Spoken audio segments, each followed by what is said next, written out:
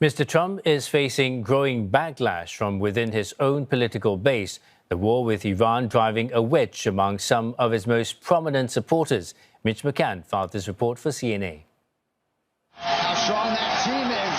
Grinning from ear to ear, Tucker Carlson entered this martial arts arena in November 2023 with the self-proclaimed fighter himself.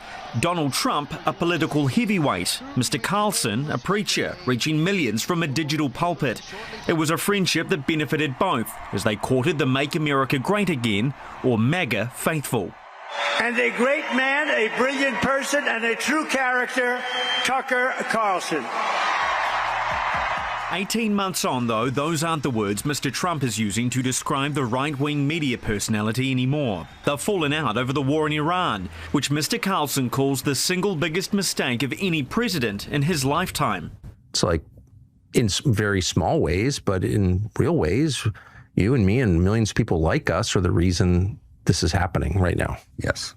So I do think it's like a moment to wrestle with our own consciences. We'll be tormented by it for a long time. I will be. And I want to say I'm sorry for misleading people. It was not intentional. Mr. Carlson's not the only one with a change in tune. Megyn Kelly, also a former Fox host who endorsed Trump, once labelling him a protector of women, took exception to a recent post he made on Iran, where he threatened to wipe out an entire civilization. I'm sick of it. Can't he just behave like a normal human? I mean, honestly, like the president, 3D chess, shut up. We're talking about civilians just casually in a social media post. Candace Owens, another controversial conservative, called the White House a satanic administration before posting that President Trump is a genocidal lunatic. Serial conspiracy theorist Alex Jones hit out too, saying that the Republican leader is becoming more demonic, more twisted and more sick. Let's just move a little bit. Thomas J. Main is a professor at New York's Baruch College, specialising in liberal democracy and its challenges.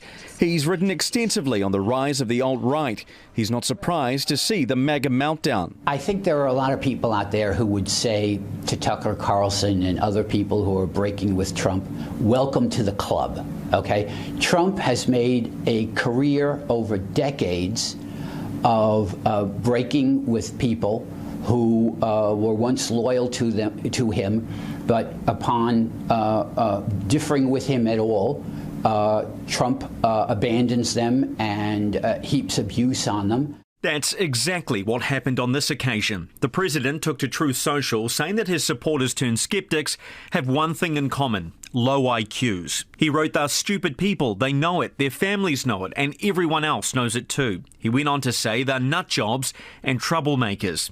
Carlson, Kelly, Owens and Jones all cite the war in Iran as one of the reasons they have broken with President Trump. But Professor Main suggests it's less principled than that, arguing it's probably because the war is not going well. If war in Iran were going fine and were very popular, then I don't think that there would be many of the MAGA ideologues who would stand up and say, oh, you know what, I was in principle against war, and so I don't care if the war in Iran is doing so well. We shouldn't have gone to war at all. No, I think what's happening is the war's not going so well, and all of a sudden it doesn't look so good to be associated with somebody who's losing a war.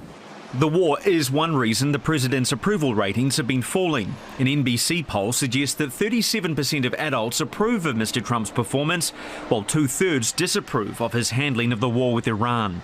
Whether Mr. Trump's fallout with the MAGA influencers hurts him at the polls is another question, given their large followings. Tucker Carlson has 5.6 million YouTube subscribers.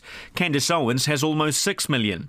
Jacob Smith, a political scientist at Fordham University, says it's too early to tell what the impact will be. But the first test will be the power of President Trump's endorsements in the November midterm election. But I think that, it will especially start to be damaging for Trump if it looks like his primary endorsement is not something that's as valuable. If it looks like other endorsements, if not as individually as valuable as Trump, if having a few of those endorsements is just as valuable, where, maybe a candidate prefers support from Carlson or Vance or a combination of them. Please raise your right hand and repeat after me. Donald Trump has made a career of defying expectations, with powerful right-wing media figures amplifying his message to millions.